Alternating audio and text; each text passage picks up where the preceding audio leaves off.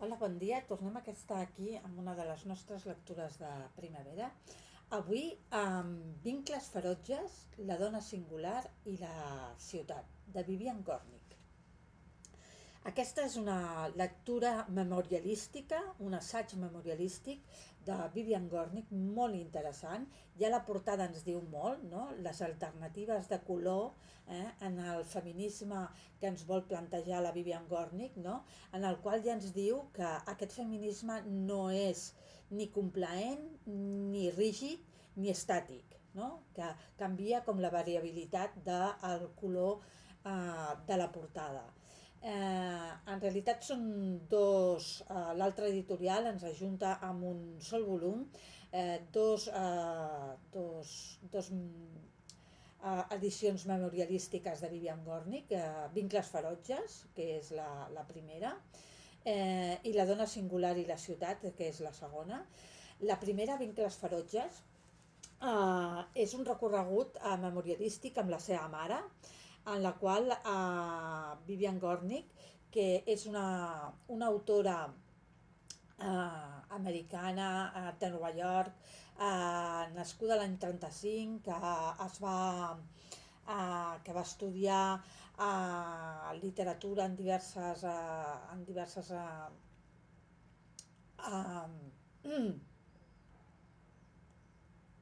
diverses universitats americanes, es va llicenciar, es va graduar en art al City College de Nova York, però també va cursar després màster a la Universitat de Nova York, i amb el temps es va especialitzar en el sector editorial i va treballar amb setmanaris alternatius com The Village Voice, i de seguida va començar a fer el seguiment de moviments alternatius i més radicals del feminisme americà d'aquell temps. I en aquest seguiment que va fer especialitzat del feminisme americà, de fet es va acabar convertint una de les veus periodístiques de la segona onada feminista als Estats Units. Es va convertir en una veu de les més fortes i més destacades d'aquest moviment.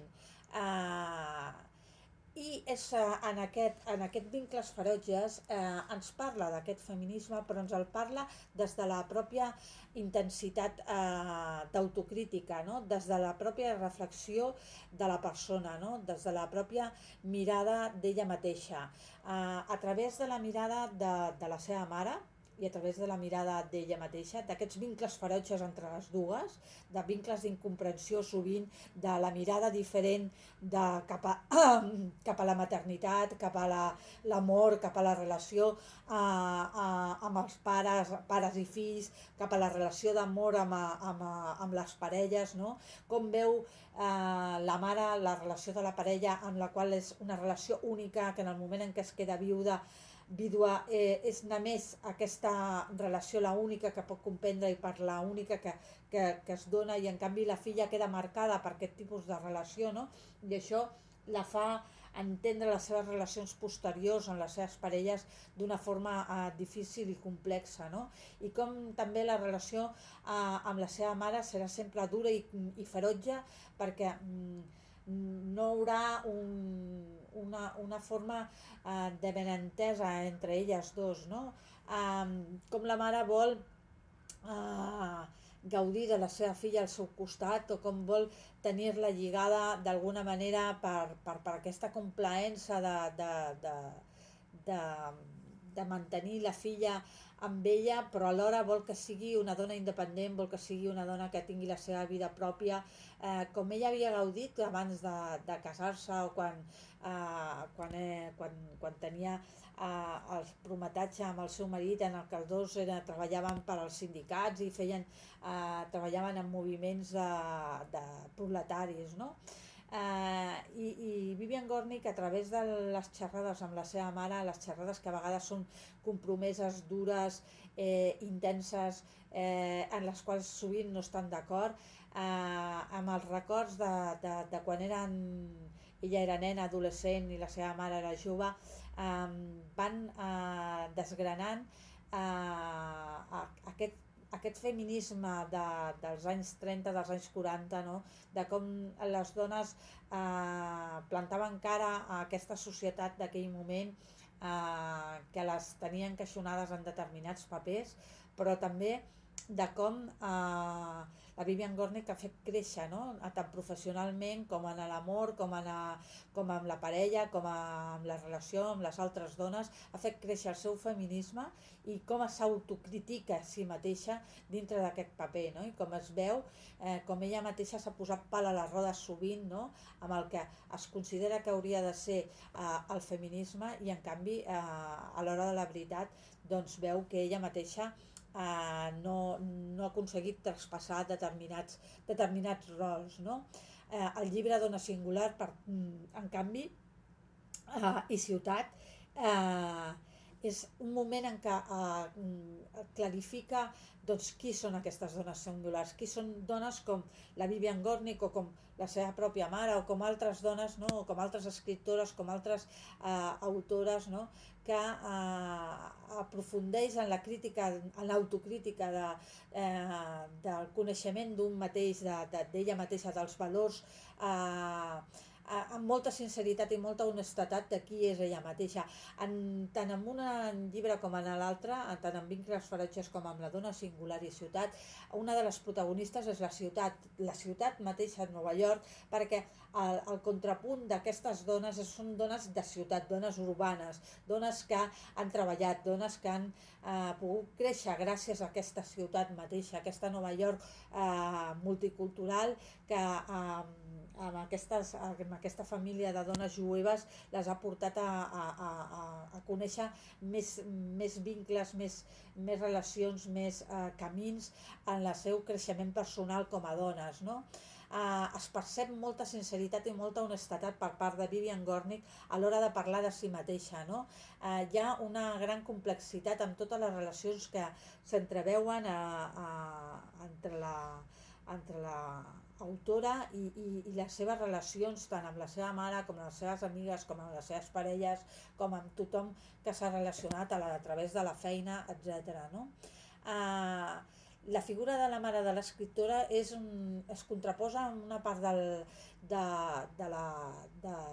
llibre de Vincles ferotges, per exemple, en una veïna que és totalment oposada, no? La figura de la mare i la figura de la veïna són els dos referents per la Vivian Gornick quan ella és adolescent, i són les figures que li fan de referent, però de referent totalment diferent, no? O sigui, mentre que la veïna és la personatge que la treu, que la marca com a ser com una dona més, diguéssim, femenina, més que busca el que pot trobar per aprofitar-se de l'home, no? D'aquell home que refusa perquè és l'home que l'ha maltractat, que l'ha deixat fora del món, no? Que no l'ha estimat, és allò que li ensenya la veïna. La mare, en canvi, l'ensenya a idolatrar aquell home que ha perdut, que és el marit, no? A idolatrar per sobre de tot el matrimoni, a idolatrar el marit, a idolatrar tot el que està en el referent a la parella, no? Llavors ella, en aquesta adolescència, creix amb aquestes dues figures femenines que la marquen molt, no? I que ha d'interpretar aquestes dues visions de la feminitat a través d'aquestes dues dones, i creix en aquesta idea, no? D'aquesta feminitat. Llavors l'autora flueix a través d'aquests dos models i intenta intel·lectualitzar aquestes dues visions a través d'aquestes memòries, aquests flashbacks que fa cap al passat, i tots els sentiments que tenia d'adolescent intenta intel·lectualitzar-los i positivitzar-los i fer autocrítica de com ella ha crescut a través d'aquests dos models, no? També a través del sexe, a través de la professió, a través de les relacions de parella, no? El títol de la primera part és molt expressiu, Vincles ferotges, no? Els vincles que ella estableix amb les dones de la seva vida són molt ferotges, són contraproduents a vegades, són molt durs, molt difícils, no? ens estableix unes relacions molt personals i ens ho fa de forma clara, no amaga res. Tampoc ens vol donar classes ni establir com hem de fer nosaltres les coses, sinó que ella s'obre davant nostra i ens explica com ella se sent i com ella ens mostra com ha viscut la seva vida i com ha viscut el seu aprenentatge com a dona, no? I a partir d'aquí nosaltres podem optar per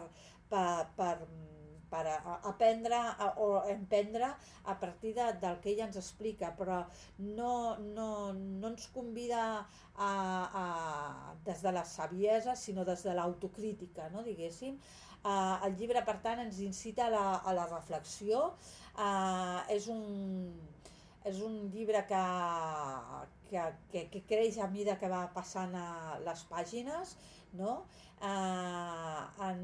Ens invita a veure com som de filles, com som de parella, com som de dones treballadores, com som a la vida amb tots els nostres aspectes, no? Com ens empoderem a nosaltres mateixes, com ens enfrontem, per exemple, a la feina, a homes que, per exemple, poden considerar-se tocats quan nosaltres intel·lectualment podem destacar més que ells a la feina, per exemple, i això com a parella els sembla que no és apropiat, o com homes que ens consideren com un segon plat, no? Quan tenen una altra parella i nosaltres ens volen com una cosa per delectar-se, i com hem d'aprendre, no?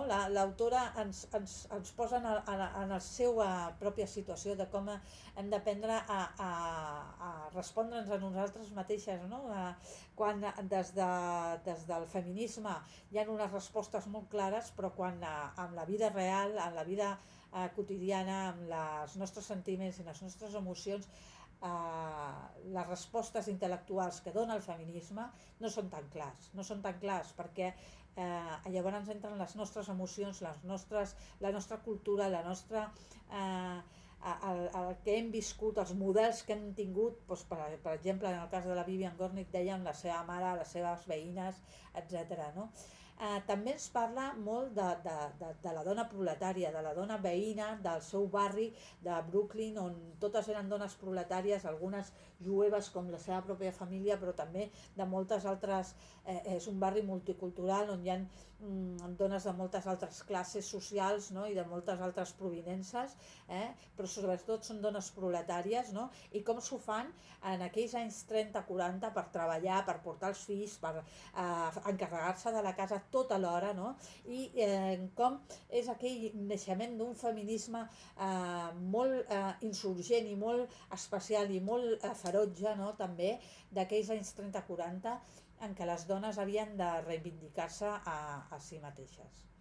I és un llibre molt interessant, que val molt la pena, que ha estat un encert per part de l'altra editorial, no? De barrejar en aquesta diferència d'uns 30 anys del primer, Vincles ferotges, en què recorre l'autora a la ciutat amb la seva mare i ens convida a veure la ciutat i el feminisme i a ella mateixa en aquesta època, amb aquests flashbacks a través de la visió de la seva mare, i després la dona singular i la ciutat, quan uns 30 anys després, quan ella té més o menys l'edat que tenia en el primer llibre la seva mare, ens torna a passejar per la ciutat amb un amic, i és a través de les reflexions i les xerrades amb aquest amic, també una altra vegada a la ciutat, on torna a reflexionar sobre els mateixos temes, però ja ella sola, no? A través del mirall que es posa al davant a través del seu amic, torna a reflexionar sobre els mateixos temes 30 anys després, quan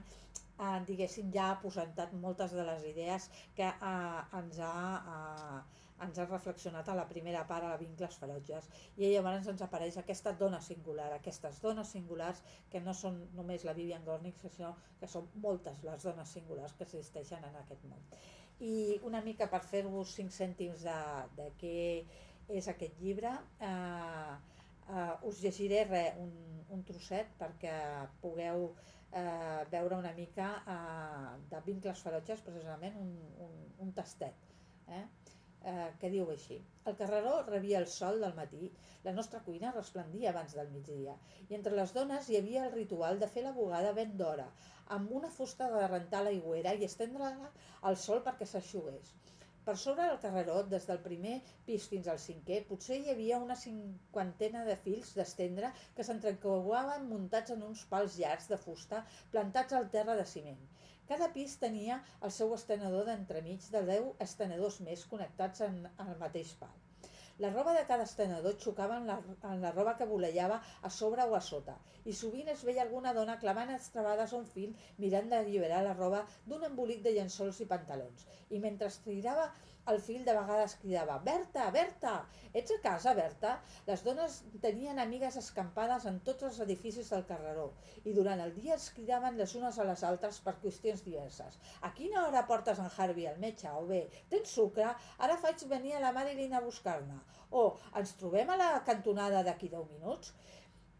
Quant d'enrenou i quanta animació! L'aire clar, la llum neta, les dones es cridaven les unes a les altres, el so de les seves veus barrejat amb les olors de la roba que s'eixugava al sol. Tota aquella textura i tot aquell color balacejant-se en l'espai obert. Jo treia el cap per la finestra de la cuina amb certa expectació, encara ara sento el gust a la boca, i aquell gust és un color verd, tendre i brillant. El que més m'entusiasmava del pis era la cuina i també la vida que hi havia a l'altre costat de la finestra. M'agradava de debò i encara em suscita sentiments contradictoris. A la cuina hi feia els deures, feia companyia a la mare i l'observava mentre es preparava i enllestia les feines quotidianes. També a la cuina vaig adonar-me que ella tenia l'habilitat i la vitalitat de fer la seva feina bé i sense dificultat, però que no li agradava ni li donava gens de valor. No em va ensenyar res. Mai no vaig aprendre a cuinar, a rentar o a planxar la roba. Ella, en canvi, era una cuinera molt competent i era una fera netejant la cuina i la casa i rentava la roba. Així i tot, ella i jo fèiem vida a la cuina. Tot i que semblava que la mare no parava mai atenció al que passava al carreró, no se'n perdia mai res. Sentia totes les veus, tots els moviments dels estenedors. Cada cop de llençol copsava tots els crits i les converses. Rèiem de l'anglès xapurrejat de la indiscreció d'aquell altre bocamolla, d'aquell esgarrip o d'aquell renec enginyós. Els comentaris que la mare feia de la vida de l'altre costat de la finestra van ser el meu primer tast dels fruits de la intel·ligència. Ella sabia convertir les xavarderies en coneixements. Sentia que una veu pujava, una octana, i deia: «Aquest matí s'ha barallat amb el seu marit». O si baixava una octana, deia: «El nen se li ha posat malalt». O captava un intercanvi ràpid de paraules i diagnosticava que aquella amistat es refredava. Aquesta capacitat seva em commovia i m'estimulava. La vida semblava més plena, més rica i més interessant quan ella donava sentit a l'activitat humana del carreró. Llavors sentia una connexió viva entre nosaltres i el món de l'altre costat de la finestra. Bé, i fins aquí aquest tastet que tenim de vincles ferotges i la dona singular i ciutat. Espero que us hagi agradat i que us interessi, perquè és un llibre que val molt la pena. Moltes gràcies i fins aquí la nostra lectura. Fins aviat amb la propera.